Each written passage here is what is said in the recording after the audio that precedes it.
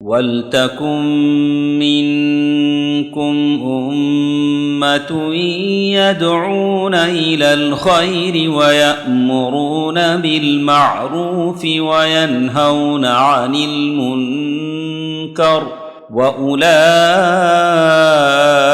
هُمُ الْمُفْلِحُونَ.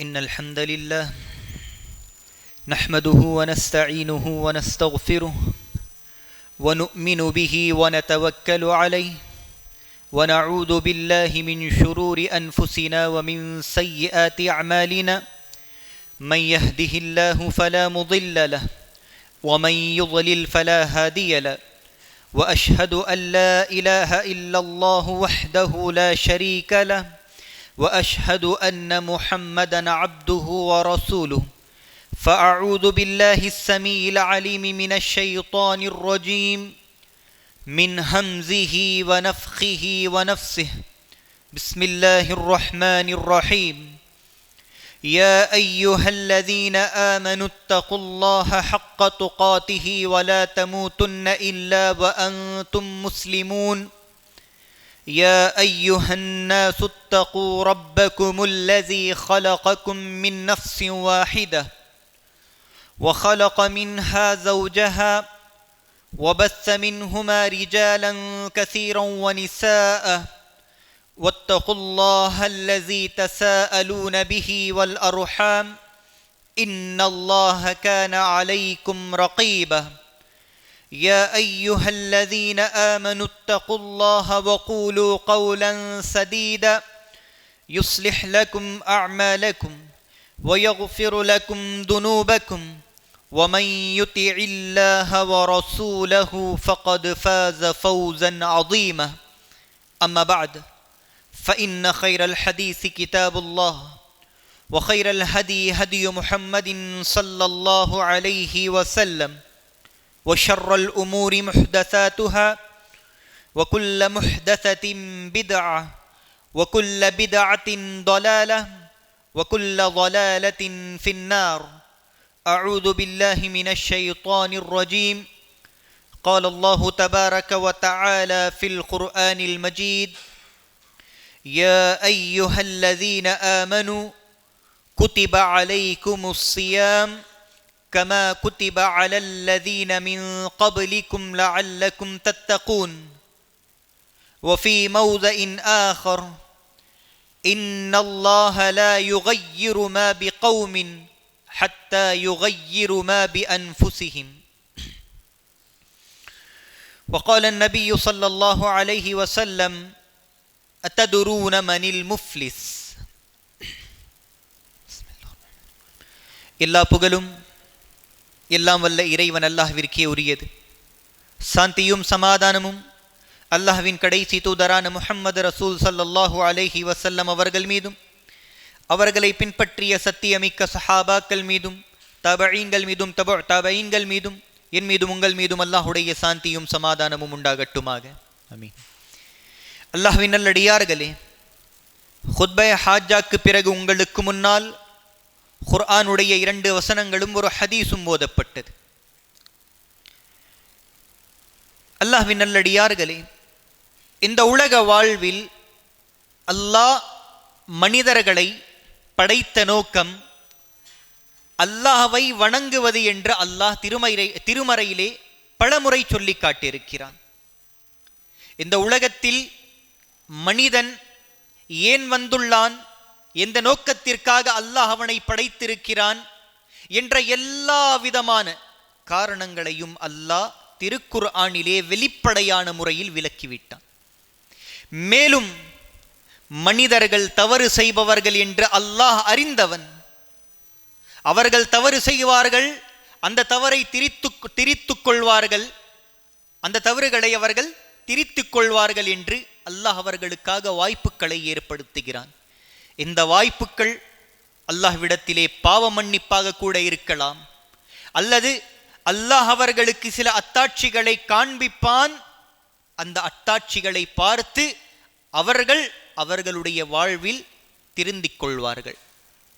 மேலும் ரமலான் போன்ற மாதங்களை அல்லாஹ் ஒரு வாய்ப்பாக கொடுத்து அவர்கள் தன்னைத்தானே திரித்துக் கொள்கிறார்களா இல்லையா என்று அல்லாஹ் வாய்ப்புகளை கொடுத்து பார்க்கிறான். அப்படி நம்முடைய வாழ்வில் மனிதர்களாக முஸ்லிம்களாக வாழக்கூடிய நம் வாழ்வில் அல்லாஹ் ஒவ்வொரு வருடமும் இந்த வாய்ப்பை கொடுக்கிறான். இந்த வாய்ப்பு என்பது தன்னை சீர்படுத்தி கொண்டு வரக்கூடிய வாழ்நாள் முழுவதும் அல்லாஹ்விற்கு கட்டுப்பட்டு வாழ்வதை கற்றுக்கொள்வதற்காக அல்லாஹ் இந்த வாய்ப்பை கொடுக்கின்றான். அப்படி நமக்கு முன்னால் வர உள்ள ஒரு வாய்ப்பு, இந்த வாய்ப்பு நமக்கு முன்னால் பலருக்கு கிடைக்கவில்லை. அந்த பாக்கியத்தை அல்லாஹ் நமக்கு கொடுக்க உள்ளான். ஆனால் நம்மிலே பலர் அந்த வாய்ப்பை அடையாமல் இந்த உலகத்தை விட்டு பிரிந்துள்ளார்கள். ஆனால் அல்ஹம்துலில்லாஹ், அல்லாஹ்விற்கு அதிகமாக நாம் நன்றியை செலுத்த வேண்டும். மேலும் அல்லாஹ்விடத்தில் துஆக்களை கேட்க வேண்டும். அல்லாஹும்ம பல்லிக்னா ரமதான், யா அல்லாஹ் எங்களை அந்த ரமலானுடைய மாதத்தை அடையக்கூடிய பாக்கியத்தை தாய் என்று அல்லாஹ்விடத்திலே அதிகமாக இந்த துஆக்களை கேட்க வேண்டும். அல்லாஹ்வின் நல்லடியார்களே, இந்த ரமலானுடைய மாதம், இந்த ரமலானுடைய மாதத்தின் சிறப்புகள், இந்த ரமலான் ஏன் நம்முடைய வாழ்வில் வந்து செல்கிறது, இந்த ரமலானில் நாம் கடைபிடிக்க வேண்டிய காரியங்கள் என்ன, இந்த ரமலானை நாம் எப்படி வரவேற்பது, இந்த ரமலானை நாம் எப்படி முடிப்பது, இந்த ரமலானிலே எப்படி வாழ்வது என்ற எல்லா சட்டதிட்டங்களும் ஒவ்வொரு வருடமும் ரமலானை அடைவதற்கு முன்னால் ஒவ்வொரு மார்க்க அறிஞர்களும் தன்னுடைய ஜும்ஆ உரையிலே இதை விளக்குகிறார்கள். ஒவ்வொரு வருடமும் நடைபெற்று கொண்டு தான் இருக்கிறது. இந்த சமூகம் கேட்டுக்கொண்டேதான் இருக்கிறது. இது சாதாரண விஷயம். இந்த சட்டதிட்டங்களை விளக்குவது மார்க்க அறிஞர்களின் பொறுப்பு, அதை கேட்பது உங்களுடைய பொறுப்பு. ஆனால் எல்லா ரமலானும் நாம் இதை கேட்டுக்கொண்டிருக்கிறோம். எல்லா ரமலானிலும் ரமலானை எப்படி வரவேற்பது, ரமலானில் எப்படி வாழ்வது, ரமலானில் நாம் எப்படி நம்மை சீர்படுத்திக் கொள்வது என்ற இந்த பயான்களை கேட்ட பிறகும் இந்த சமூகம் அந்த ரமலானில் அப்படி வாழ்கிறதா? ஒவ்வொரு வருடமும் இந்த ரமலான் என்பது நம்முடைய வாழ்க்கையில் வருகிறது. அந்த ரமலானுடைய சட்ட திட்டங்களை பற்றி மார்க்க அறிஞர்கள் உரையாற்றுகிறார்கள். அதை கேட்கின்றோம், செவியுற்றுகின்றோம். பிறகு அந்த ரமலானில் நாம் சரியான முறையில் நம்மை சீர்படுத்திக் கொள்கின்றோமா? இது முக்கியமான கேள்வி. அல்லாஹ்வின் நல்லடியார்களே, இவ்வளவு ரமலானுடைய மாதம் நாம் இவை அனைத்தையும் கேட்ட பிறகும் நம்முடைய வாழ்வு சீர்படுத்தப்படவில்லை என்றால், திருத்தப்படவில்லை என்றால், இந்த ரமலான் முடிவெடுக்க வேண்டும். இந்த ரமலான் யாருடைய வாழ்வில் கடைசி ரமலானாக இருக்குமோ இல்லையோ என்று தெரியாது. இந்த ரமலானில் இந்த வாய்ப்பை பயன்படுத்தி கொண்டு நம்முடைய வாழ்வை சீர்படுத்தி கொண்டால் வெற்றிக்கு போதுமானது. அல்லாஹ்வின் நல்லடியார்களே, இந்த ரமலானுடைய சிறப்பை பற்றி அல்லாஹ் திருக்குர்ஆனிலே ஒரு வசனத்தை இறக்கி இருக்கிறான். இந்த வசனம் நம் எல்லோரும் அறிந்த ஒரு வசனம். யா அய்யுஹல்லதீன ஆமனூ குதிப அலைக்குமுஸ் ஸியாம் கமா குதிப அலல்லதீன மின் கப்லிக்கும் லஅல்லக்கும் தத்தகூன். நம்பிக்கையுடையோர்களே, ஈமான் கொண்டு வந்தவர்களே, குதிப அலைக்குமுஸ் ஸியாம், அல்லாஹ் உங்கள் மீது நோன்புகளை கடமையாக்கி இருக்கிறான். கமா குதிப அலல்லதீன மின் கப்லிக்கும், எப்படி உங்களுக்கு முன் சென்ற சமூகங்களின் மீது அல்லாஹ் நோன்புகளை கடமையாக்கினானோ அதே அல்லாஹ் இந்த சமுதாயத்தின் மீதும் அதை கடமையாக்கி இருக்கிறான். சரி, முன் சென்ற சமூகங்களுக்கும் இதே நோன்பு, இந்த சமூகத்திற்கும் இதே கட்டளை. என்ன காரணத்திற்காக, என்ன பலனிற்காக? லஅல்லக்கும் தத்தகூன். இந்த நோன்புகள் உங்களுடைய உள்ளத்தில் இறையச்சத்தை அதிகப்படுத்தும், தக்வாவை அதிகரிக்கும். இந்த ஒரு காரணத்திற்காகத்தான் இந்த நோன்புகள் உங்கள் மீது கடமையாக்கப்பட்டுள்ளது. சுப்ஹானல்லாஹ். எல்லா விதமான இபாதாக்களிலும், எல்லா விதமான வழிபாடுகளிலும், நாம் செய்யக்கூடிய எல்லா செயல்பாடுகளிலும் அல்லாஹ்விற்கு 1% கூட நன்மை கிடையாது. அப்படித்தான் இந்த நோன்புகளும். இந்த நோன்பை கடமையாக்கிய காரணத்தையும் அல்லாஹ் விலக்கிவிட்டான். லஅல்லகும் தத்தகூன், இந்த நோன்புகளும் முழுக்க உங்களுக்குத்தான் நன்மையை பெற்றுத்தரும். இந்த தக்வா என்ற அந்த இறையச்சத்தை உங்களுக்குள் அதிகரிக்கும். மேலும் பல சிறப்புகளை எடுத்து பார்த்தோம் என்று சொன்னால், இந்த ரமலானுடைய மாதம் 3 விஷயங்களை மனிதர்களுடைய வாழ்வில் ஏற்படுத்துவதற்காக கடமையாக்கப்பட்டுள்ளது. முதலாவது தக்வா, இரண்டாவது சபர், பொறுமை. நோன்பை வைத்துக்கொண்டு பசியோடு எப்படி சபரை செய்வது என்ற இந்த விஷயத்தை இந்த நோன்பு நமக்கு கற்றுக் கொடுக்கிறது. அதற்கு பிறகு 3வது விஷயம், தன்னுடைய மன ஆசைகளை எப்படி கட்டுப்படுத்திக் கொள்வது, தன்னை எப்படி சீர்படுத்திக் கொள்வது. இந்த 3 நோக்கங்களுக்காக இந்த நோன்பு கடமையாக்கப்பட்டு இருக்கிறது.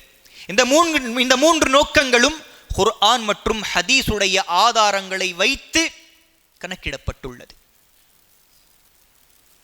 ஆனால் நம்மிலே குறைவானவர்கள் இந்த விஷயத்தை அறிந்தவர்கள்.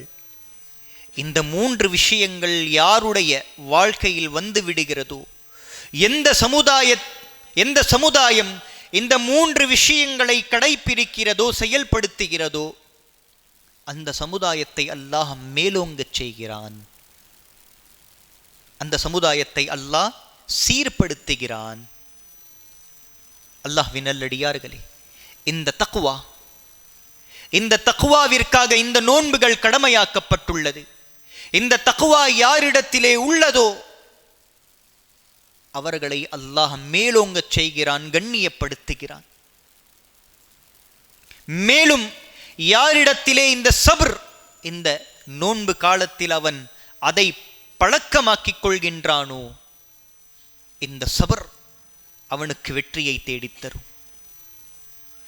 யார் தன்னை சீர்படுத்திக் கொள்கின்றானோ அவனுக்கு அல்லாஹ் மிகப்பெரிய மாற்றத்தை இந்த உலக வாழ்க்கையில் கொடுக்கிறான்.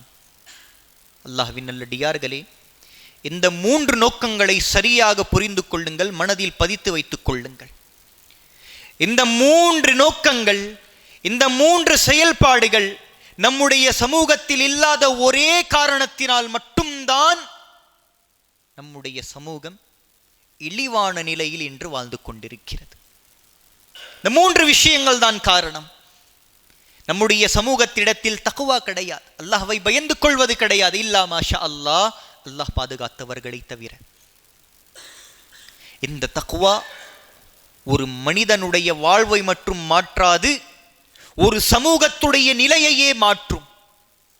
இந்த தக்வா இன்றைய ரமலானில் நம்முடைய வாழ்வில் மாற்றத்தை ஏற்படுத்துகிறது என்றால், நிச்சயமாக இதே தக்வா, இதே இறையச்சம் நம்முடைய சமூகத்தின் நிலையையும் மாற்றும். இன்று நம்மிலே பலர் புலம்பிக் கொண்டிருக்கிறோம். நம்முடைய சமுதாயத்தை சேர்ந்தவர்கள், நம்மை போன்று ஷஹாதாவை கூறியவர்கள், எந்த அல்லாஹ்வையும் எந்த ரசூலையும் நாம் ஈமான் கொண்டு வந்துள்ளோமோ அதே ரசூலையும் அதே அல்லாஹ்வையும் ஈமான் கொண்டு வந்தவர்கள் பலவீனமாக உள்ளார்கள், சோதிக்கப்படுகிறார்கள், பிரச்சனைக்கு உள்ளாகுகிறார்கள். இதையெல்லாம் நம்முடைய கண்களுக்கு முன்னால் நாம் பார்த்து கொண்டிருக்கிறோம். இன்று நம்முடைய சமுதாயத்தின் நிலை என்ன? எந்த சமுதாயம் மற்ற மதங்களுக்கு எடுத்துக்காட்டாக வாழ வேண்டுமோ, எந்த இஸ்லாமியர்களுடைய கூட்டம் மற்றவர்களுக்கு எடுத்துக்காட்டாக வாழ வேண்டுமோ, முன்னோடியாக திகழ வேண்டுமோ, அதே சமுதாயம் தன்னுடைய ஹுகூக்குகளுக்காக, தன்னுடைய உரிமைகளுக்காக மற்ற மதக்காரர்களுக்கு முன்னால் பிச்சை எடுத்துக் கொண்டிருக்கிறார்கள். அல்லாஹ்வுடைய தூதர் அந்த ஹதீஸிலே கூறவில்லையா, என்னுடைய சமூகம் அதிகமாக எண்ணிக்கையில் இருப்பார்கள் இஸ்லாமியர்கள், மறுமை நாளுக்கு முன்னால் அதிகமான எண்ணிக்கையில் இருப்பார்கள். ஆனால் அவர்களுடைய அந்தஸ்து, அவர்களுடைய பலம் எப்படி இருக்கும் தெரியுமா? கடலில் வரக்கூடிய அலையில் கழிவுகள் வரும் இல்லையா, அந்த கழிவுகளை போன்றுத்தான் அவர்களுடைய அந்தஸ்தும் கண்ணியமும் இருக்கும். இதே நிலையை நாம் இந்த சமுதாயத்தில் பார்த்து கொண்டிருக்கிறோம், அனுபவித்துக் கொண்டிருக்கிறோம். அல்லாஹ்வின் நல்லடியார்களே, இந்த ரமலான் அல்லாஹ் நமக்கு மட்டும் கிடையாது, நம்முடைய சமுதாயத்துக்கே கொடுக்கக்கூடிய ஒரு வாய்ப்பு. இந்த வாய்ப்பை நாம் சரியாக பயன்படுத்தினால் அல்லாஹ் நமக்கு மட்டும் கண்ணியத்தை வழங்க மாட்டான், நம்முடைய சமுதாயத்திற்கும் கண்ணியத்தை வழங்குவான். இதைத்தான் குர்ஆன் வெளிப்படையான முறையில் கூறுகிறது. இன்னல்லாஹ லா யுகையிரு மா பிகௌமின் ஹத்தா யுகையிரு மா பிஅன்ஃபுஸிஹிம். அல்லாஹ் ஒருபோதும் அந்த சமுதாயத்தின் நிலையை மாற்ற மாட்டான் எதுவரை அந்த சமுதாயத்தில் இருக்கக்கூடிய மக்கள் தங்களை மாற்றிக்கொள்ளாதவரை. சமுதாயத்தில் இருக்கக்கூடிய மக்கள் தங்களை மாற்றிக்கொள்ளாதவரை அல்லாஹ் அந்த சமுதாயத்தின் நிலையை மாற்ற மாட்டான். இதை பற்றித்தான் அல்லாஹ் தெளிவான முறையில் கூறியிருக்கிறான். இன்று நாம் நம்மை சீர்படுத்திக்க முடியாமல், நாம் எப்படி சீர்படுத்திக் கொள்வது, நம்மை நாம் எப்படி சீர்படுத்திக் கொண்டு வாழ்வது என்று தெரியாமல் நம்முடைய சமுதாயத்தை பற்றி பேசிக் கொண்டிருக்கிறோம். ஆனால் இந்த ரமலான் இந்த அனைத்து விஷயங்களையும் புரிய வைப்பதற்காகவும் அல்லாஹ் கொடுத்த மறுவாய்ப்பாகவும் நமக்கு முன்னால் வந்தடைய உள்ளது. இன்னும் சில நாட்களில் நாம் ரமலானுடைய மாதத்தை அடைய உள்ளோம். ரமலானிலே கால் பதிக்க உள்ளோம். அல்லாஹ்வின் நல்லடியார்களே, இந்த ரமலானுடைய சிறப்புகள் அல்ஹம்துலில்லாஹ் அதிகமாக உள்ளது. அந்த சிறப்புகளை அல்லாஹ்வும் அவனுடைய தூதரும் முழுவதுமாக நம்மிடம் வரை ஒப்படைத்து விட்டார்கள். அதனுடைய விளக்கங்களை மார்க்க அறிஞர்களும் சஹாபாக்களும் அதனுடைய புரிதலை நமக்கு கொடுத்து விட்டார்கள். நம் வெறும் அந்த சிறப்புகளையும் அந்த புரிதல்களையுமே பின்பற்றி கொண்டிருக்க கூடாது. அதன் மீது எப்படி செயல்பட வேண்டும் என்று முயற்சிகளை எடுக்க வேண்டும். அந்த முயற்சிகள் மட்டும்தான் நம்முடைய வாழ்வில் நமக்கும் வெற்றியை தேடித்தரும், நம்முடைய சமுதாயத்திற்கும் வெற்றியை தேடித்தரும். ஆனால் கவலையான நிலை என்ன தெரியும்? இன்றைய சமுதாயம் செயல்படுகிறது அடிப்படை இல்லாமல். அவர்களிடத்தில் அடிப்படையே கிடையாது. நாம் இன்றும் கூட இல்லா மாஷா அல்லாஹ், அல்லாஹ் பாதுகாத்தவர்களை தவிர ரமணாலில் நுழைய உள்ளோம், நுழைந்தும் விடுவோம், செயல்படுவோம், நோன்புகளை வைப்போம், தராவிக்களை தொழுவோம், கியாமுல் லைல்களை தொழுவோம். ரமலான் முடிந்துவிடும், ஈதுடைய பெருநாளுடைய தொழுகையை முடித்துவிட்டு அவ்வளவுதான் நம்முடைய வாழ்வு எப்படி இதற்கு முன்னால் இருந்ததோ அதே போல் ஓடும். இல்லா மாஷா அல்லாஹ், அல்லாஹ் பாதுகாத்தவர்களை தவிர. அல்லாஹ்வின் நல்லடியார்களே, அடிப்படையே இல்லை. அல்லாஹுடைய தூதர் சஹாபாக்கள் அவர்களுக்கு முன்னால் அமர்ந்திருப்பார்கள். ஷாபானுடைய 15 நாட்கள் முடிந்தவுடன் அல்லாஹுடைய தூதர் சஹாபாக்களை பார்த்து அந்த ரமலானை எப்படி வரவேற்பது,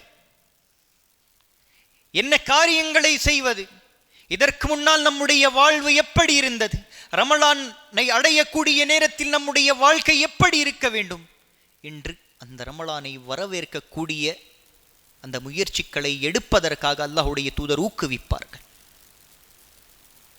ஹதீஸுடைய வார்த்தைகள், அல்லாஹுடைய தூதர் ரமலானுடைய மாதம் வந்தவுடன் சஹாபாக்களை நோக்கி ஓடி வந்து சஹாபாக்களிடத்திலே கூறுவார்கள், சஹாபாக்களே, உங்களுக்கு முன்னால் ஒரு மாதம் வர உள்ளது, பரக்கத்து நிறைந்த மாதம், பரக்கத்து நிறைந்த மாதம். அந்த மாதத்தை பயன்படுத்திக் கொள்ளுங்கள், அல்லாஹுடைய அந்த வாய்ப்பை பயன்படுத்திக் கொண்டு உங்களை சீர்படுத்திக் கொள்ளுங்கள் என்று அல்லாஹுடைய தூதர் அவர்களுக்கு கட்டளையிடுவார்கள்.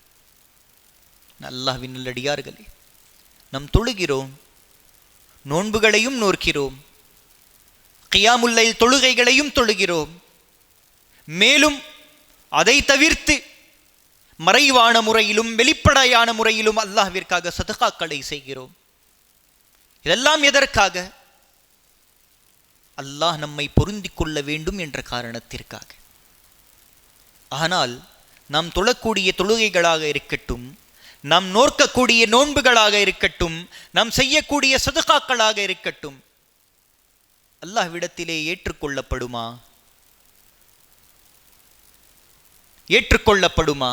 அதற்கு முன்னால் நாம் ஒரு காரியத்தை செய்து கொள்ள வேண்டும். ரமலானை அடைவதற்கு முன்னால் அல்லாஹுடைய தூதருடைய ஒரு ஹதீஸ், அல்லாஹுடைய தூதர் சஹாபாக்களை பார்த்து கேட்கிறார்கள், அத்ததுரூன மனில் முஃப்லிஸ், சஹாபாக்களே, முஃப்லிஸ் யார் என்று உங்களுக்கு தெரியுமா?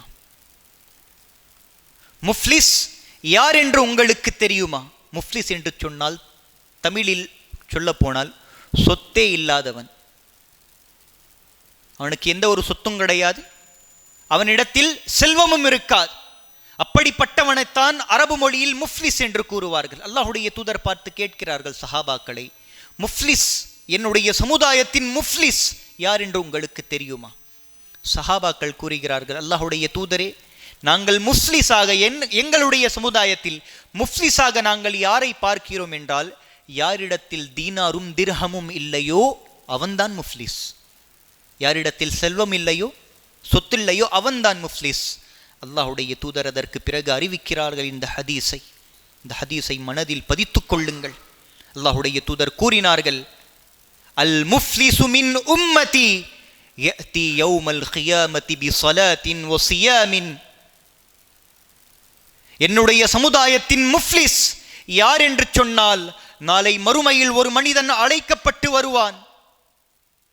அவனிடத்திலே நோன்புகள் இருக்கும், தொழுகைகள் இருக்கும், சதகாக்கள் இருக்கும், ஹஜ்ஜை செய்திருப்பான், ஜகாத்துக்களை கொடுத்திருப்பான், எல்லா விதமான நற்காரியங்களையும் செய்திருப்பான்.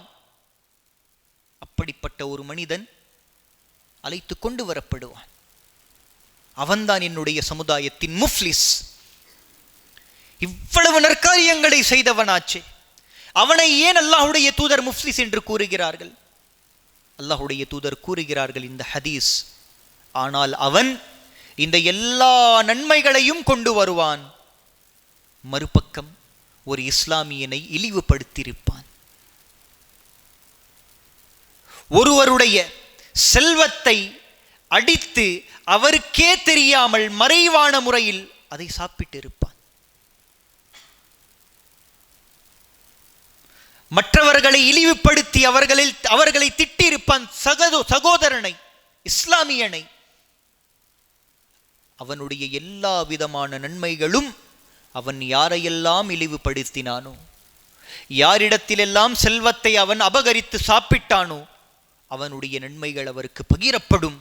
ஒண்ணுமில்லாத மனிதராக அவன் நிற்பான், நரக நெருப்பிலே வீசப்படுவான். அவன்தான் முஃப்லிஸ் என்று அல்லாஹுடைய தூதர் கூறினார். அல்லாஹ்வின் நல்லடியார்களே, ஒரு முறை விசாரித்துக் கொள்ளுங்கள், உங்களை நீங்களே விசாரித்துக் கொள்ளுங்கள், என்னை நானும் உங்களை நீங்களும். இந்த ரமலானை அடையப் போகிறேன், இந்த ரமலானை வரவேற்க உள்ளேன், இந்த ரமலானிலே செயல்பட உள்ளேன். அல்லாஹ் கொடுத்த அந்த வாய்ப்பை பயன்படுத்துவதற்காக காத்து கொண்டிருக்கிறேன்.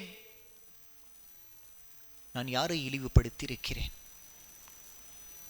நான் யாருடைய சொத்துக்களையும் செல்வங்களையும் அபகரித்து சாப்பிட்டு இருக்கிறேன்? அல்லாஹ்விடத்திலே மன்னிப்பை கேட்பதற்கு முன்னால் நீங்கள் யாரை இழிவுபடுத்தினீர்களோ, யாரை திட்டினீர்களோ, அவர்களிடத்திலே மன்னிப்பை கேட்டுக்கொள்ளுங்கள். இதுதான் நீங்கள் உங்களுடைய நன்மைகளை பாதுகாப்பதற்காக எடுத்த முயற்சி. ஆனால் நம்மிலே பலர் இதை அலட்சியமாக எடுத்துக்கொண்டிருக்கிறார்கள். அல்லாஹ்வின் நல்லடியார்களே, நாம் செய்யக்கூடிய எல்லா விதமான நன்மைகளும் கஷ்டப்பட்டு செய்கிறோம், அல்லாஹ்விற்காக செய்கிறோம். இஹ்லாஸிலே எந்த ஒரு கருத்து வேறுபாடும் கிடையாது, மாற்றங்களும் கிடையாது. ஷிர்கை செய்யாமலும் தௌஹீதிற்காக வாழக்கூடிய நாம், நம்முடைய நற்செயல்கள் இப்படி வீணாக்கப்பட்டால், நாளை மறுமையில் அல்லாஹ்விற்கு முன்னால் ஒண்ணுமே இல்லாமல் நின்றால், அல்லாஹ்வின் நல்லடியார்களே, அல்லாஹ்வை பயந்து கொள்ளுங்கள். இதுதான் தக்வா. இதைத்தான் இந்த ரமலான் நமக்கு கற்றுக் கொடுக்கிறது. மேலும் நம்முடைய மனதிற்கு அது சங்கடமாக இருக்கும், பொறுத்து கொள்ளுங்கள். இந்த சபரைத்தான் இந்த ரமலானுடைய மாதம் கற்றுக் கொடுக்கிறது. அதை நீங்கள் செய்தால் உங்களுடைய மனதிலே அல்லாஹ் ஒரு மாற்றத்தை கொண்டு வருவான். அந்த மாற்றத்தை கொண்டு நீங்கள் உங்களை சீர்படுத்திக் கொள்வீர்கள். இதுதான் ரமலானுடைய மாதம் நமக்கு கற்றுக் கொடுக்கக்கூடிய சீர்படுத்துதல். இந்த ரமலானில் யார் இந்த 3 தன்மைகளையும் அடக்கி ஆழ்கின்றானோ, அல்லாஹ் அவர்களுக்கு நிச்சயமாக வெற்றியை கொடுப்பான். ரமலானுடைய நோக்கத்தையும் ரமலானுடைய மாதத்தையும் வீணாக்காமல் சரியான முறையில் பயன்படுத்திய முஸ்லிம்களாக அல்லாஹ் நம்மை ஏற்றுக்கொள்வான். இதிலே ஒரு குறைபாடு இருந்தாலும், அல்லாஹ்வின் நல்லடியார்களே, உங்களுடைய செயல்பாடுகளுக்காக நீங்கள் அல்லாஹ்விடத்திலே பதில் சொல்ல வேண்டும். மேலும் இதையும் அறிந்து கொள்ளுங்கள். இந்த விஷயங்கள் உங்களுக்கு முன்னால் பகிரப்படுகிறது. இந்த அனைத்து விஷயங்களும் ஒரு பொறுப்பு. உங்களிடம் வரை ஒப்படைக்கக்கூடிய பொறுப்பை அல்லாஹ் எனக்கு கொடுத்திருக்கிறான். நான் பொறுப்பாளியாக இந்த மிம்பரிலே நின்று கொண்டிருக்கிறேன். நீங்கள் பொறுப்பாளிகளாக இதை கேட்டுக்கொண்டிருக்கிறீர்கள். அல்லாஹுடைய தூதர் கூறினார்கள், குல்லுக்கும் ராயின் வ குல்லுக்கும் மஸ்ஊலுன் அன் ரஇய்யதி. உங்களிலே ஒவ்வொருத்தரும் பொறுப்பாளி. உங்களுடைய பொறுப்புகளை பற்றி அல்லாஹ் நாளை மறுமையில் விசாரிப்பான். என்னுடைய பொறுப்பை, என்னுடைய கடமையை நான் முடித்து விட்டேன். இதற்கு பிறகும் என் மீது ஒரு பொறுப்புள்ளது. இதன் மீது செயல்படுகிறேனா இல்லையா என்று அல்லாஹ் என்னை நிச்சயமாக விசாரிப்பான். நான் செயல்பட்டால் அதற்கான கூலியை அல்லாஹ் கொடுப்பான். நான் செயல்படவில்லை என்றால் அதற்கான கூலியையும் அல்லாஹ் எனக்கு கொடுப்பான். அதே போன்று உங்கள் மீது இப்போதுள்ள பொறுப்பு, இதை செவியுற்று இதன் மீது செயல்படுவதற்கான முயற்சிகளை எடுக்க வேண்டும், செயல்பட வேண்டும். அதேபோல் உங்களுடைய சகோதரர்களுக்கும் உங்களுடைய வீட்டுத்தாரர்களுக்கும் நீங்கள் இதை கொண்டு போய் சேர்க்க வேண்டும். இது உங்கள் மீது பொறுப்பு. இந்த பொறுப்பை நீங்கள் அலட்சியமாக எடுத்துக்கொண்டால் நாளை மறுமையில் அல்லாஹ் இதை பற்றியும் உங்களிடத்திலே விசாரிப்பான். ஆக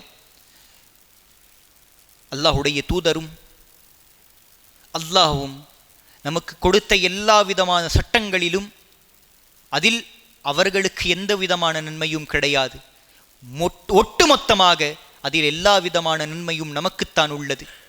அதை அடைவதற்காக நாம் விரைந்து செல்ல வேண்டும். இதை பற்றித்தான் திருக்குர்ஆன் சொல்லுகிறது, வஸாரிஉ இலா மக்ஃபிரத்தின் மிர் ரப்பிக்கும் வஜன்னத்தின் அர்துஹா அஸ்ஸமாவாத்து வல் அர்த். ஓடி வாருங்கள், முன்னேறுங்கள். அல்லாஹுடைய மக்ஃபிரா, அல்லாஹ்விடத்திலே பாவ மன்னிப்பை கேட்பதற்காக அல்லாஹ்வின் மன்னிப்பின் பக்கம் ஓடி வாருங்கள். வஜன்னா, அல்லாஹ் உருவாக்கிய அந்த சொர்க்கத்தின் பக்கம் ஓடி வாருங்கள். அல்லாஹ்வின் நல்லடியார்களே, இந்த ரமலானுடைய மாதத்தில் நாம் இதன் பக்கம் விரைந்து சென்றால் நிச்சயமாக அல்லாஹ் நமக்கு கொடுப்பான். இதை வாய்ப்பாக பயன்படுத்தி கொண்டு சொர்க்கத்தை அடையக்கூடிய இஸ்லாமியர்களாக நாம் இருக்க வேண்டும். நான் கடைசியில் அல்லாஹ்விடத்திலே துஆ கேட்கிறேன். அல்லாஹ் எனக்கும் உங்களுக்கும் இந்த அனைத்து வார்த்தைகளின் மீது செயல்படக்கூடிய பாக்கியத்தை கொடுப்பானாக. மேலும் இதை அனைவருக்கும் பகிரக்கூடிய பாக்கியத்தையும் அல்லாஹ் கொடுப்பானாக. அல்லாஹ் என்னையும் உங்களையும் உலக முஸ்லிம்களையும் பாதுகாப்பானாக. எல்லா விதமான சோதனைகளில் இருந்தும் எல்லா விதமான பிரச்சனைகளில் இருந்தும் அந்த பிரச்சனைகளில் சபரை செய்து அந்த பிரச்சனையில் வெளிவரக்கூடிய பாக்கியத்தை அல்லாஹ் நம் அனைவருக்கும் கொடுப்பானாக. ஆமீன் சும்ம ஆமீன். வ ஆகிரு தஅவானா அல்ஹம்துலில்லாஹி ரப்பில் ஆலமீன். பாரக்கல்லாஹு லனா வ லக்கும் ஃபில் குர்ஆனில் மஜீத் வல் ஃபுர்கானில் ஹமீத். இன்னஹு தஆலா ஜவ்வாதுன் கரீமுன் பர்ருர் ரഊஃபுர் ரஹீம் வ ரப்புன் ஹலீம்.